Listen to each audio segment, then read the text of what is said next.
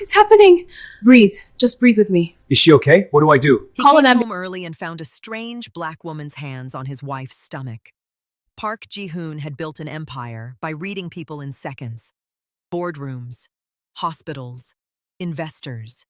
He knew when someone was lying before they finished their first sentence. But now he stood frozen in his own hallway, watching a woman he'd never seen before give orders to Seo-yeon like she owned the moment. Breathe. Slower. Look at me. Seo-yeon obeyed her. Not him. Her. Ji-hoon's hand tightened on the doorframe. The front door had been unlocked. That never happened. He'd stepped inside quietly, instinct sharp, ready to assess the threat. But this wasn't a threat he understood. The woman was kneeling beside Seo-yeon, checking her breathing, timing something on her phone.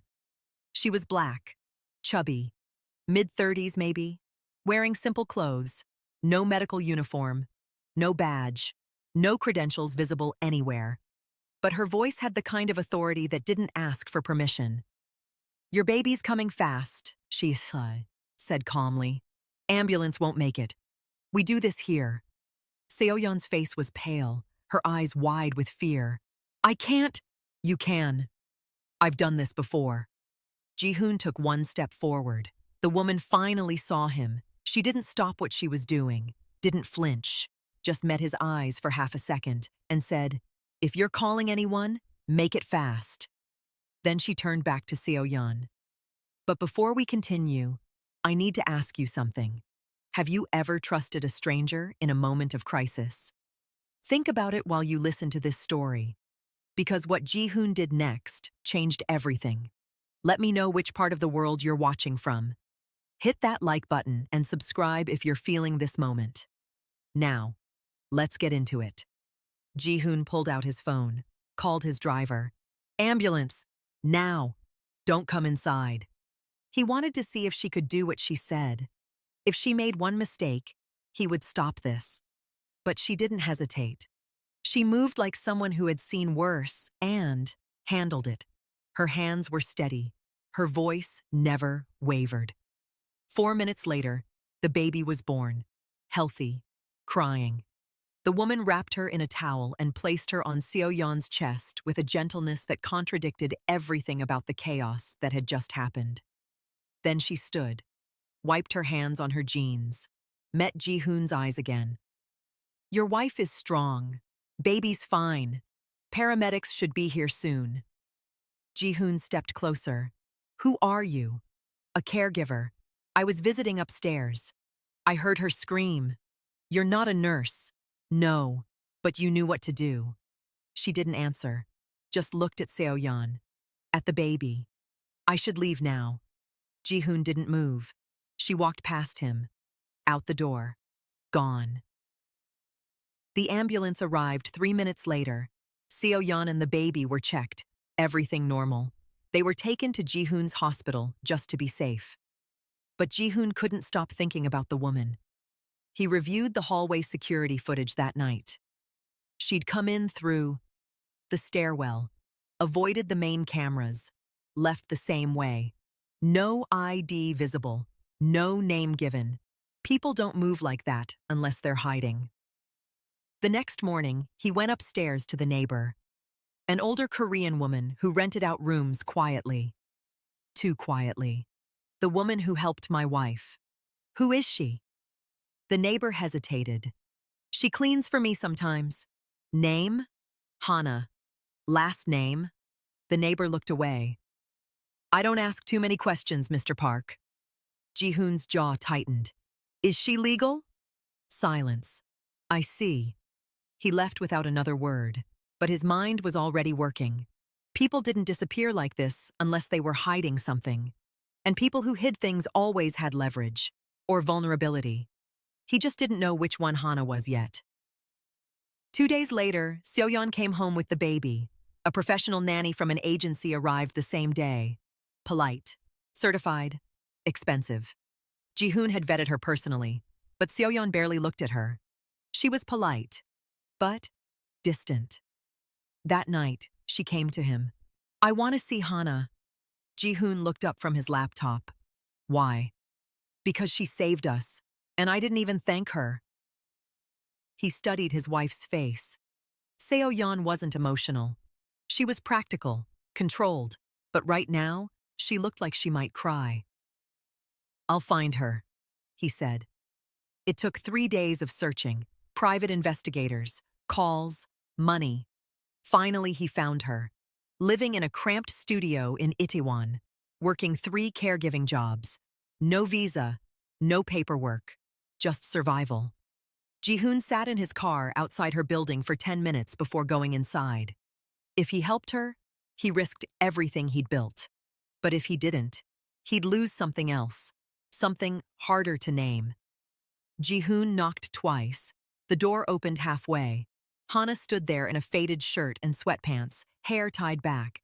She didn't invite him in. "Mr. Park, you left before I could thank you." "I didn't do it for thanks." "I know."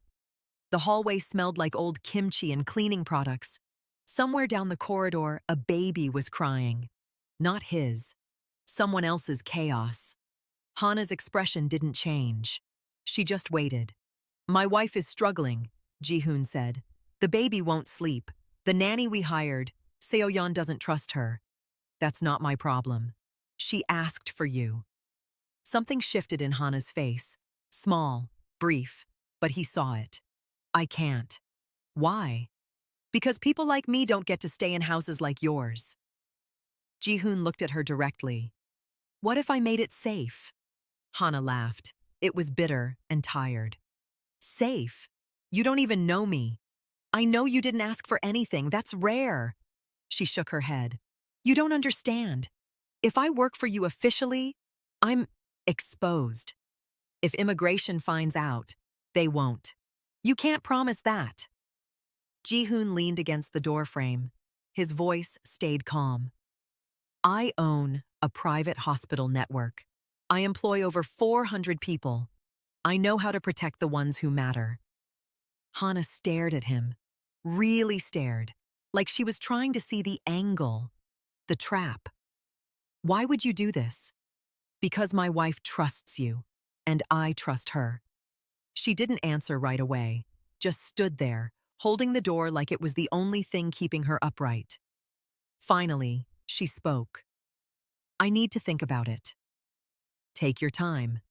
He left his card on the doorframe, walked away before she could refuse it.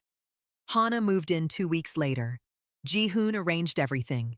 Legal work visa, 5 million won a month.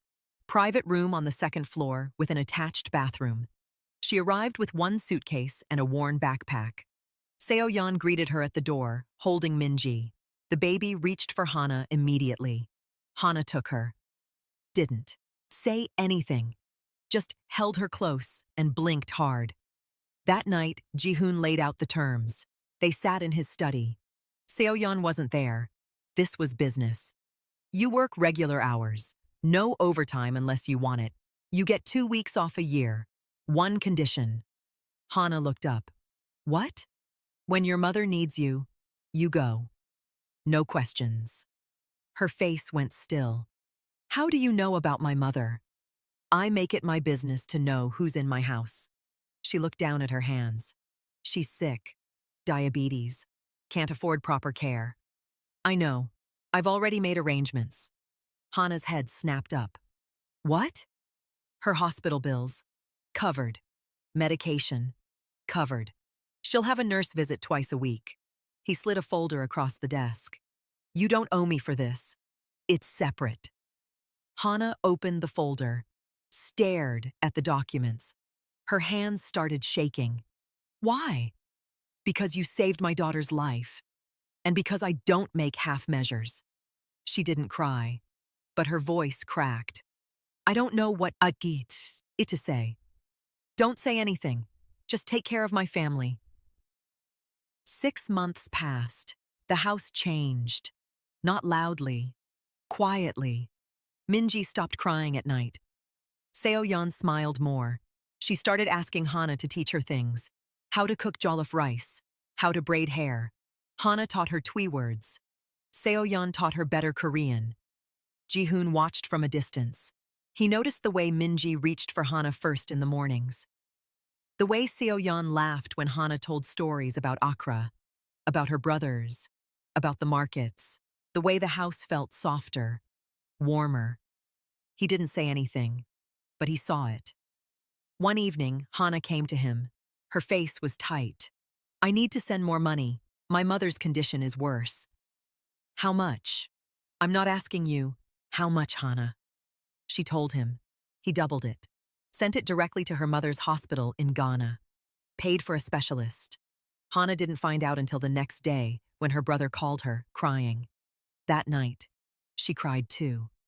Seo-yeon sat, with her in the kitchen. Didn't ask questions. Just stayed. Held her hand. Said nothing. Ji-hoon stood in the hallway. Listened. Then went back to his office. 3 years passed. Minji was walking now, talking. She called Hana Auntie Hana in Tui. Hana had taught her. Seo-yeon didn't mind. She was grateful. She told Ji-hoon once, late at night, "I don't know what I would have done without her." He just nodded. But he understood. Hana wasn't just helping. She was holding them together. Then the call came. Hana's mother was dying. Hana sat at the dining table that evening. Her phone was face down in front of her. She hadn't touched her food. Seo-yeon was feeding Minji across from her, but her eyes kept drifting to Hana's face. "I have to go home." Seo-yeon's hand froze mid-spoon. "For how long?" "I don't know." The silence stretched. Minji reached for Hana. "Auntie, stay." Hana's eyes went glassy. She touched Minji's hand gently. "Auntie has to see her mama." Ji-hoon leaned forward. His voice was steady. "You'll come back." Hana shook her head. "I can't promise that." "Why not?" "Because after she's gone." She stopped, swallowed hard. "I don't know if I'll have a reason to." Seo-yeon reached across the table, took Hana's hand. Her grip was firm, desperate. "You have Minji." Hana's voice broke. "She's not mine. She loves you like you are." Hana pulled her hand back, stood up. "I'm sorry. I need to pack." She left the room. Seo-yeon looked at Ji-hoon. Her eyes were red. "Do something." "Like what?" "I don't know. You always know what to do." He didn't answer, because for the first time in years, he didn't. Hana left 2 days later. Ji-hoon drove her to the airport himself. Seo-yeon wanted to come, but he told her to stay with Minji. This needed to be quiet. At the terminal, Hana reached for her suitcase. Ji-hoon held onto it for a moment. "Call when you land." "I will. And when you're ready to come back, let me know. I'll handle the flight." Hana looked at him. Really looked. "What if I'm not ready? Then I'll wait." She didn't cry, just nodded once and walked through the sliding doors. Ji-hoon stood there until he couldn't see her anymore. Minji cried for a week. She asked for Hana every morning, every night. Seo-yeon tried everything. Songs, games, stories. Nothing worked. Minji would stand at Hana's bedroom door and knock. "Auntie Hana?" Seo-yeon cried longer than Minji did. She didn't talk about it, but Ji-hoon saw it in the sambal mornings when she thought he wasn't looking. In the evenings when she'd stare at the kitchen where Hana used to cook. He said nothing, but he kept Hana's room untouched. Her clothes still hung in the closet. Her books still sat on the shelf. The small photo of her mother still stood on the nightstand. Weeks turned into months. Hana called sometimes. Short calls, updates. Her mother was declining faster than expected. She was staying in the village, helping her brothers, taking care of things. "I miss her," Seo-yeon said one night. They were lying in bed. The lights were off. "I know. Minji asked me today if Auntie Hana is coming back for her birthday." "What did you say?" "I said, maybe." Her voice cracked. "I lied to our daughter." Ji-hoon turned to face her. "You didn't lie. You hoped. Hope doesn't bring people back." He didn't argue, because she was right. 4 years passed. Minji was 7 now. She still asked about Hana, less often, but she remembered. She remembered the songs, The food. The way Hana used to braid her hair and tell her stories about Ghana, about the ocean, about her grandmother she'd never meet. One day, Ji-hoon made a decision. He walked into the living room where Seo-yeon was reading. "We're going to Ghana." Seo-yeon looked up, blinked. "What?" "For Minji's birthday. She should see where Hana is from. You've been planning this." "For a year." Seo-yeon set her book down. "Does Hana know?" "No." "Ji-hoon, if I ask, she'll say no. Or she'll prepare. I want to see her as she is, not as she thinks we need her to be." Seo-yeon stared at him. Then slowly, she smiled. "You really do care about her. She's family. You've never said that before. I'm saying it now." They landed in Accra on a Saturday morning. The heat hit them the moment they stepped off the plane. Thick, heavy. Minji's eyes went wide. "It's so hot, Appa." "I know. You'll get used to it." They drove through the city in a hired car. Dust, noise, chaos, horns blaring, street vendors shouting, colors everywhere. Minji pressed her face to the window. "Is Auntie here?" "Yes." "Can we see her now?" "Soon." They pulled up to a modest compound outside the city. Concrete walls, metal gate, a small courtyard with laundry hanging on lines. Hana was outside, hanging clothes. She looked older, tired, thinner, but whole. Minji saw her first. She opened the car door before Ji-hoon could stop her. "Auntie Hana!" Hana turned. The clothespin fell from her hand. Her mouth opened. No sound came out. Minji ran, crashed into her. Hana dropped to her knees and caught her, held her so tight, Minji squeaked. Hana sobbed, loud, broken, free. Seo-yeon walked over slowly, wrapped her arms around both of them. Ji-hoon stayed back, leaned against the car, watched. This was what mattered. That evening, they sat in Hana's small home. The walls were bare except for a single photo of her mother. The furniture was minimal. A couch, a table, 2 chairs. But it was clean, organized. Hers. Minji fell asleep in Hana's lap within an hour, exhausted from the flight, from the emotion. Hana stroked her hair absently, her other hand wrapped around a cup of tea Seo-yeon had made. "You didn't have to come," Hana said quietly. Seo-yeon sat beside her. "Yes, we did." "Why?" "Because you're family." Hana shook her head slowly. "I was just the help." Seo-yeon leaned forward. Her voice was firm. "You were never just anything." The silence settled between them. Not uncomfortable, just heavy with things unsaid. Ji-hoon sat across from them, watching. He'd been quiet since they arrived, observing, calculating. Finally, he spoke. "We want you to come back, not as a nanny, as Minji's godmother, officially." Hana stared at him. "I can't just leave. Your mother passed 6 months ago," Ji-hoon said gently. The words landed soft but deliberate. "You've taken care of everyone else. Your brothers are grown, married. They have their own families now. Let us take care of you."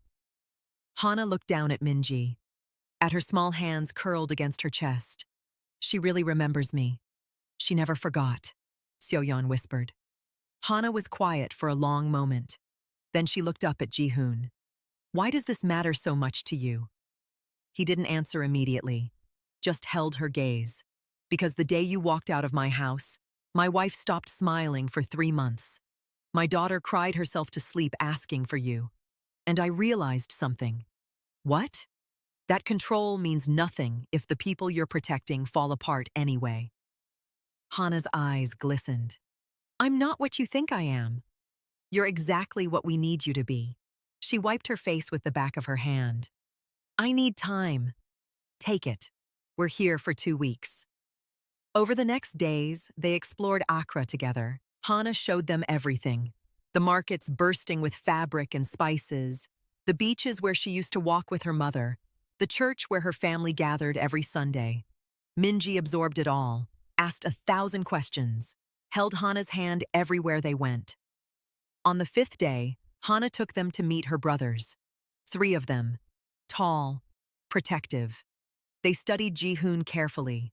The youngest one, Kwame, pulled Hana aside. Ji-hoon watched from across the yard, where Minji was playing with Kwame's children. The conversation looked tense. Kwame's hands moved sharply. Hana kept shaking her head. Finally, she pointed at Minji, said something that made Kwame stop. Look, then slowly nod. When Hana came back, Seo-yeon touched her arm. Everything okay? He wanted to make sure you weren't taking advantage of me. And I told him you're the only people who never did. That night, Ji-hoon and Hana sat on the porch while Seo-yeon put Minji to bed inside. The night air was cooler. Crickets chirped loudly. Somewhere down the road, music played. Your brother doesn't trust me, Ji-hoon said. He doesn't trust anyone who has power over me. Smart man. Hana smiled faintly. He is. What did you tell him? That you paid for our mother's care. That you gave me dignity when I had nothing. That your wife treats me like a sister. She paused. That I trust you. Ji-hoon looked at her. Do you? I wouldn't be considering this if I didn't. But you're still afraid. It wasn't a question. Hana didn't deny it. I'm afraid that if I go back, I'll lose myself again. That I'll just be the woman who takes care of other people's children, other people's homes, other people's lives. What if you could have both? Both what? A life here and a life there. You don't have to choose. Hana frowned. I don't understand. Ji-hoon pulled out his phone, showed her a document. I spoke with an immigration lawyer before we came. If you accept the godmother role, we can sponsor you for permanent residency. You can travel freely. Come back here whenever you want. Stay as long as you need. Hana's hands trembled as she looked at the screen. This is expensive. It's already done. She looked up at him sharply. You did this without asking me? I did this so you'd have options. You don't have to accept. But I wanted you to know you could. Hana stood abruptly, paced to the edge of the porch, stood there with her back to him. Her shoulders were shaking. Why do you keep doing this? Doing what? Making it impossible for me to say no. Ji-hoon stood, walked over but didn't touch her. Because you deserve to be chosen, not out of desperation, not out of necessity, but because you matter. Hana turned. Tears streaked her face. I matter? You matter to us. She broke then, fully. Ji-hoon let her cry. Didn't try to fix it, just stood there, present. After a long while, Hana wiped her face. I'll come back, but I need 3 months to settle things here first. Done. And I visit twice a year, minimum. Whatever you need. She looked at him. Thank you. Don't thank me. Just come home. 3 months became 4, then 5. Hana called every week, talked to Minji, told her stories, promised she was coming soon. But something kept delaying her. Her brother's wife had a baby. Complications. Then the rainy season flooded part of the compound. Repairs needed.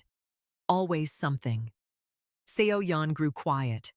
She didn't say it, but Ji-hoon saw the doubt creeping in. One night she asked him, what if she doesn't come back? She will.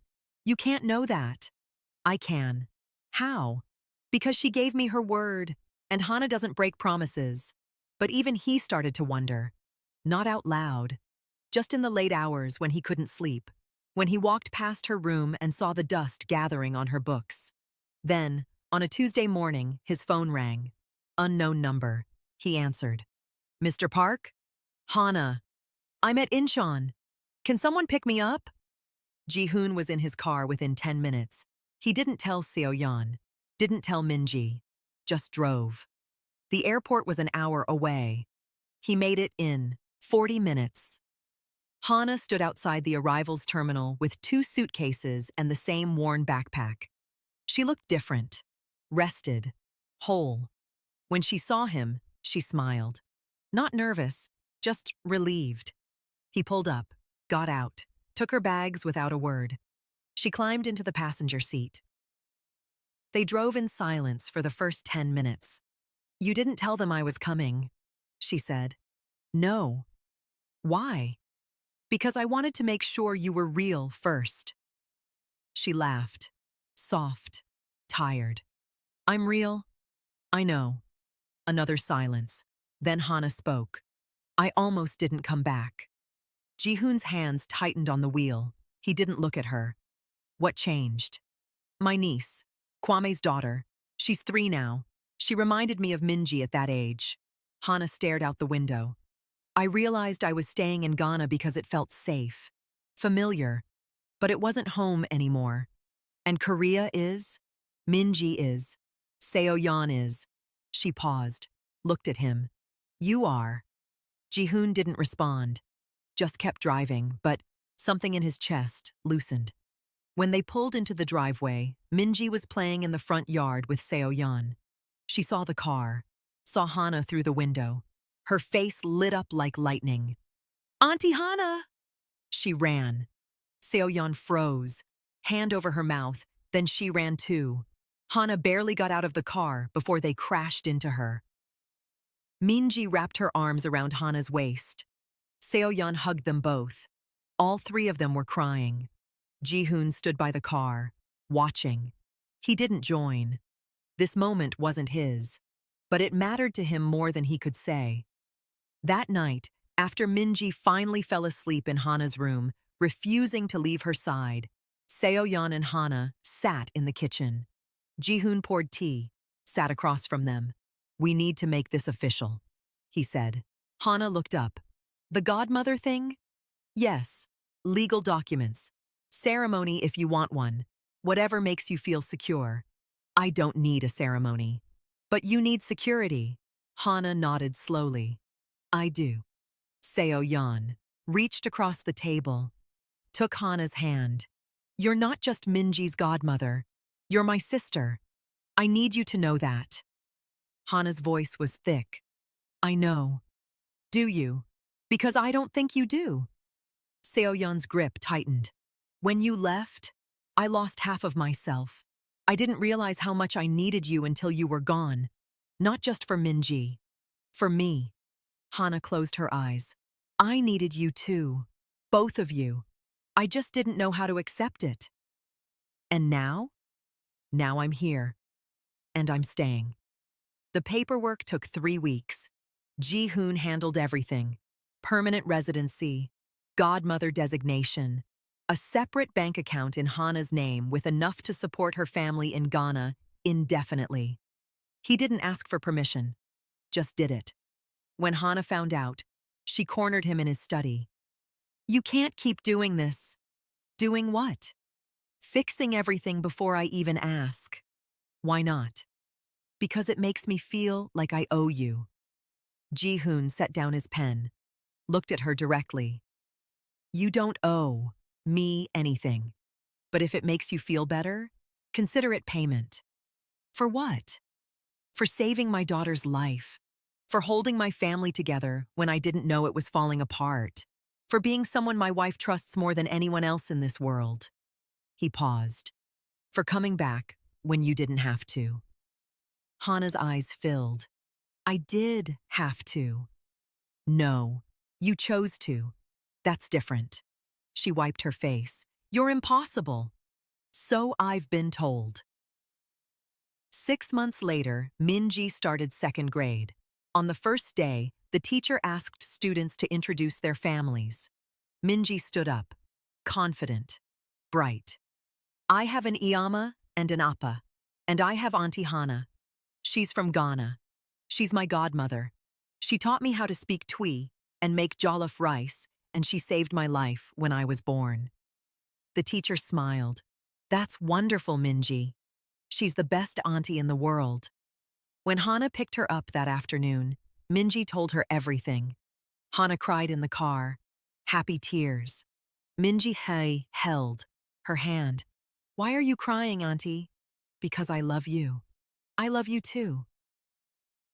That night, Ji-hoon found Hana on the back porch. She was staring at the garden. He sat beside her. "Thank you," she said quietly. "For what?" "For seeing me when I was invisible." Ji-hoon didn't answer right away. Then he said, "You were never invisible. We just needed to learn how to look." Hana smiled. "She really does think I'm the best." "You are." They sat in comfortable silence. The house behind them was warm, full, whole, and for the first time in years, everyone inside it knew they belonged. And here's my question for you. If you were Ji-hoon, would you have taken the risk? Would you have opened your home to someone with no papers, no background, no guarantees, just because your wife trusted them? Drop your answer in the comments. I read every single one, because stories like this don't just happen in scripts. They happen in real life. Don't forget to like this video and subscribe. If you love Ji-hoon Adventure,